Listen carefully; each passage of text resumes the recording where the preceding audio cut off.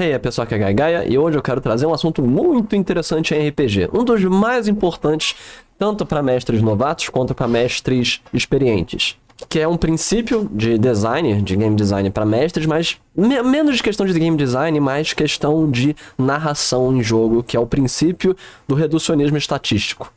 Vai ser mais um vídeo de teoria de RPG. Eu estou um pouco doente, mas não tem problema. E como sempre, se você gosta desse tipo de assunto, segue o canal, se inscreve, segue minha Twitch, vê aí meu QR Code que eu também produzo livros de RPG, jogos eletrônicos, tem meu servidor do Discord, por aí vai. Então, neste vídeo, instrutivo, educativo, etc., eu pretendo mostrar para vocês o conceito, vamos trabalhar o conceito rapidinho, e eu vou mostrar propriamente como é que se faz isso. E como isso se aplica nas suas mesas, nos seus jogos, e como isso é muito importante. Especialmente, isso é um erro muito comum em narradores novatos, em mestres novatos, de não entender o princípio do reducionismo. Vamos indo lá para o layout mais bonitinho, e tá aqui. O que nós vemos aqui? Esse aqui é o livro de Pugmire, eu quero fazer um livro, um vídeo sobre essa série, esse RPG que eu acho maravilhoso, é uma das melhores versões de D&D quinta edição, que foi lançado aqui pela New Order, maravilhoso Pugmire. Então, o que nós vemos aqui? Nós vemos um sistema derivado de D&D quinta edição, nós vemos aqui características e tal. Agora, uma coisa muito importante. Você vê, essas são as características. Defesa, pontos de vigor, não sei o que. Mas aí vamos agora para a ficha de personagem. Vocês reparam, mesmo se você não conhece sistema. Mas vocês reparam que a ficha de personagem é maior, mais completa, mais complexa, tem mais coisa do que a ficha do monstro, retornando lá para a ficha do monstro. O monstro ele reduz as estatísticas necessárias para descrever. Então, o que nós começamos a perceber é que pode existir não é necessário que exista um equilíbrio entre as características de um personagem e de um monstro. Isso entra em outro princípio que eu vou falar no outro vídeo, que é o princípio da imparidade. Mas o mais importante neste vídeo é para você perceber como você pode reduzir a quantidade de coisas que você descreve um determinado personagem. O princípio do reducionismo estatístico é que, na hora da improvisação e na hora do RPG, especialmente quando nós estamos jogando um RPG físico e não um RPG eletrônico, nós não precisamos ter uma ficha completa. Aqui nós temos um exemplo de Mutantes e Malfeitores, temos uma ficha completa de Mutantes e Malfeitores, que também é bastante extensa, longa. Você vê aqui tem outra ficha, e você vê, especialmente para quem conhece o sistema de Mutantes e Malfeitores, sabe que fazer a ficha é extremamente difícil, é a parte mais difícil do sistema, especialmente na construção dos poderes. E aí vem a questão. Quando você está jogando o sistema, você conhecendo as noções do sistema, você pode extrapolar os valores estatísticos de uma forma reduzida para ficar apenas com o necessário para determinada cena. Não só para determinada cena, mas para a resolução de uma cena. Entenderam? Vamos retornar aqui para a câmera maior e conversar um pouco, e eu vou dar alguns exemplos. Então, isso significa que quando você está jogando, quando você está mestrando, você não precisa ter a ficha de todos os personagens e nem é necessário fazer as fichas completas dos personagens de uma campanha. Você pode fazer se você gostar, mas você não é obrigado a fazer isso. Você não é uma pessoa que deve se sentir obrigada a agir dessa forma. Por quê? Todos os sistemas, eles têm uma escalação. Eles têm uma determinação de como um conflito é resolvido. Porque todos os sistemas de RPGs, eles têm pelo menos duas bases fundamentais. 3, na verdade. Você tem a criação de personagem. Como é que você cria os personagens centrais dessa história. Você tem a resolução de conflito. Como os conflitos são resolvidos no sistema, porque essa é a grande fundamentação do RPG. Você cria um sistema para resolução da narrativa, que não seja dependente somente da vontade do mestre, do narrador. E o terceiro ponto é regras para a continuidade da narrativa. Focando especificamente na resolução de conflito, que é o ponto central no sistema. Você tem que ter resolução de conflito. Você cria características, você cria o personagem, você cria ele com habilidades e coloca números, coloca mecânicas para resolver situações onde eu acertei o oponente, eu me escondi do monstro, eu consegui encontrar a pista, eu consegui consertar o aparelho quebrado, eu consegui me curar, quanto eu posso receber de dano, como eu posso convencer o fulaninho. Tudo isso são perguntas de resolução de conflito e são a parte de testes dentro do sistema. E percebam que cada cerne desse objetivo, cada cena que você invoca na narrativa, ela tem os seus pontos de conflito que você pode resolver, e como você vai resolver é determinado pelas características levantadas. E esse é o ponto. Você não precisa de todas as características de um personagem. Vamos lá. Se você está num combate com essa personagem daqui, os únicos atributos ou as características necessárias para ela são de combate. Então você não precisaria de grande parte dessa ficha. Por isso, quando nós retornamos aqui em D&D Quinta, as fichas dos monstros são resumidas, que só precisam das características básicas de combate e interação com o monstro. Se você for para sistemas mais antigos de D&D, você vê que é ainda mais resumido, porque só fica com o cerne necessário para a resolução desse conflito.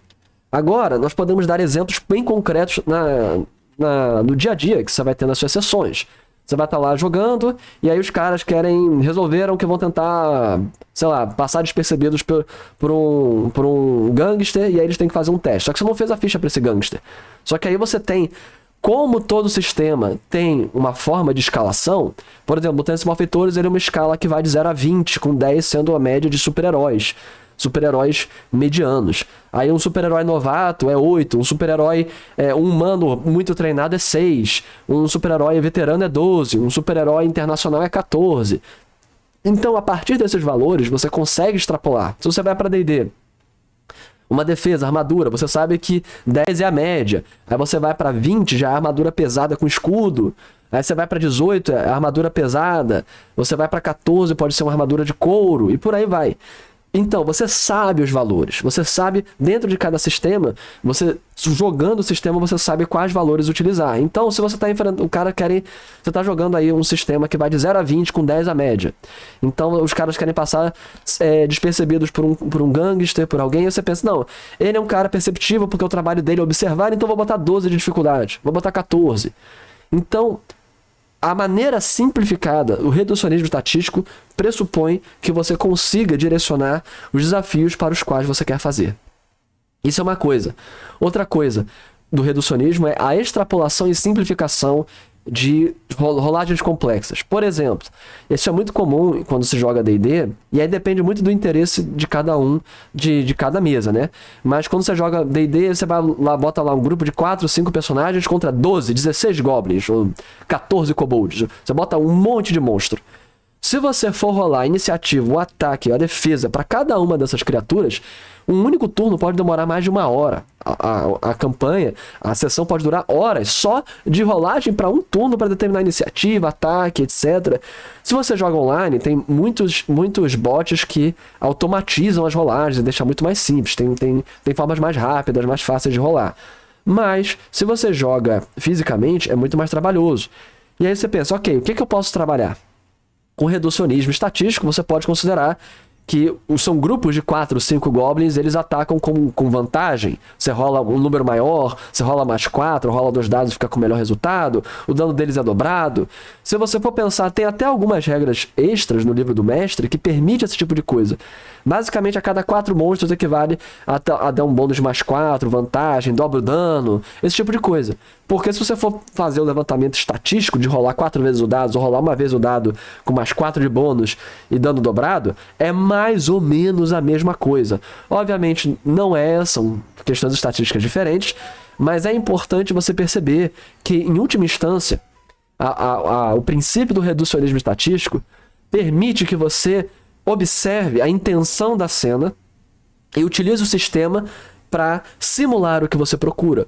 Por exemplo, você pode nem jogar um combate inteiro, você pode só fazer um teste lá, vamos supor que você tá um guerreiro contra goblins, você faz um teste de força, um salvamento de força lá usando o D&D, e se você for bem sucedido, você consegue vencer. Se você for mal sucedido, você vai preso pelos goblins. Você pode reduzir toda uma cena de combate para um único teste. E aí, isso aí já começa a entrar nas premissas um pouquinho mais delicadas, que nós temos que discutir sobre intenção, tom, cenário, cenas, construção de cenas, beats e por aí vai. Então isso a gente fala para outros vídeos. Mas neste vídeo, o importante é você perceber, especialmente para mestres novatos, vocês não precisam estatificar tudo de um personagem. Vocês não precisam, muitas vezes, nem de 90% das estatísticas de um personagem. Naquele momento, naquela situação, você só precisa saber se o cara vai perceber ou não. E aí você nunca fez a ficha dele, mas você sabe. O cara, dentro da escala do sistema, Ele é um humano fraco, ele é um humano médio, ele é um herói, ele é um super-herói. Você constrói a partir do objetivo. O sistema, ele reflete no personagem, na cena que você quer construir. Então, mesmo sem você ter a ficha, mesmo sem você ter as coisas, se você conhecer o sistema, se você conhecer as intenções, se você tiver uma noção do que você quer fazer, você pode fazer um reducionismo. Isso é muito importante. Você vai fazer uma batalha de exércitos, você vai rolar para 2.000 soldados? Não, você pode simplesmente dizer, quem tem a vantagem? Você rola como se os 2.000 soldados fossem apenas um soldado. E aí um tem 2.000, outro tem 1.500, o cara com 2.000 soldados tem vantagem. E aí você rola com bônus no ataque. Você rola com bônus no dano. Você simplifica, você reduz as estatísticas necessárias. Então, isso são noções, princípios muito necessários e importantes de se saber. Me digam quais princípios, quais assuntos, se vocês têm dúvidas, comentem. E é isso aí. Aqui foi Gagaia. Até a próxima, pessoal. Falou!